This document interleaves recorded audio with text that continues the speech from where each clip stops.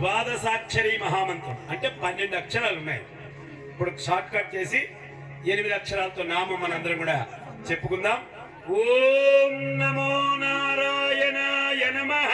ఓం నమో నారాయణాయ నమః. ఓం నమో నారాయణాయ నమః. ఓం నమో నారాయణాయ నమః.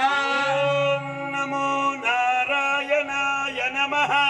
ఓం నమో నారాయణాయ నమః. ఇక 8 అక్షరాలు కూడా అయిపోయింది. ఇప్పుడు 5 అక్షరాల నామం పరమ పవిత్రమైనటువంటిది, ఈ మాసంలో చెప్పవలసినటువంటిది. ఇప్పుడు అందరూ కూడా చెప్పాలి, 5 సార్లు చెప్పాలి. ఓం నమః శివాయ నమః. ఓం నమః శివాయ నమః. ఓం నమః శివాయ నమః. ఓం నమః శివాయ నమః. ఓం నమః శివాయ నమః. ఓం నమః శివాయ నమః. ఓం నమః శివాయ నమః. ఓం నమః శివాయ నమః. ఓం నమః శివాయ నమః. ఓం నమః శివాయ నమః. మీ అందరికీ ఒక సందేహం రావచ్చు, స్వామి అయ్యప్ప స్వామి పూజ పెట్టి ఓం నమః శివాయ అంటున్నారు, ఓం నమో భగవతే వాసుదేవాయ అనమంటారు, ఓం నమో నారాయణాయ అనమంటారు, దానికి దీనికి ఏం లింక్ అండి అనుకోవచ్చు కదా సాధారణంగా. ఏం సర్వ చెప్పలేదా స్వామి అయ్యప్ప అని అనరాదా, ఏంటి మధ్యలో ఈ నామాలు ఎందుకు అని మీరు అనుకోవచ్చు. అంటే సాధారణంగా సందేహం కలుగుతుంది, ఎవరికైనా కలుగుతుంది. ఈ స్వామి వచ్చే నామాలు చెప్పించారు అనొచ్చు.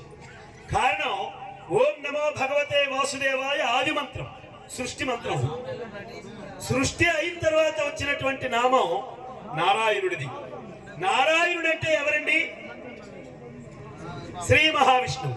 ఆ శ్రీ మహావిష్ణువు ఈయనకేమవుతారండి? శ్రీ మహావిష్ణువు అదే. ఎవడైనా కింద పడగానే తలిచే నామం ఏంటండి? కింద పడిపోయిన ఏంటంటాం, అదే నారాయణుడు. అందుకే నారాయణ మంత్రం. సరే అమ్మ అంటే ఊరుకుంటామా, దెబ్బ తగిన తర్వాత కొట్లు కట్టించేది ఎవరండి? అది ఆయనే, పరమేశ్వరుడు. ఓం నమః శివాయ, హరిహర పుత్రుడు ఆయన. కాబట్టి ఆ తల్లిదండ్రి నామాలు చెప్పవలసిన అవసరం మనకుంది.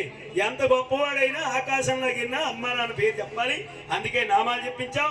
అయితే ఈ నామాలన్నింటినీ కూడా మించినటువంటి నామం, పరమ పవిత్రమైనటువంటి నామం 12 లేదు, 8 లేదు, 5 లేదు, ఇప్పుడు 2. ఈ 2 నామమే సృష్టిని వెళ్తున్నది. ఆనాటి నుండి ఈనాటి వరకు కూడా ఏదేటటువంటి నామం. త్రేతాయుగం నాటిది, ద్వాపర యుగం అయిపోయింది, కలియుగంలో 5000 పైన సంవత్సరాలు అయింది. ఇప్పుడు కూడా అదే నామం చెప్తున్నాం. అదే తారక మంత్రం శ్రీరామ నామం. అందరూ కూడా చెప్పాలి. శ్రీరామ్ జయ రామ్ జయ జయ రామ.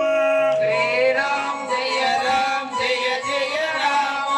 శ్రీరామ్ జయ రామ్ జయ జయ రామ. శ్రీరామ్ జయ రామ్ జయ జయ రామ. శ్రీరామ్ జయ రామ్ జయ జయ రామ. శ్రీరామ్ జయ రామ్ జయ జయ రామ. శ్రీరామచంద్ర ప్రభుకి, సీతమ్మ తల్లికి, లక్ష్మణ స్వామికి, ఆంజనేయ వరద గోవింద గోవింద.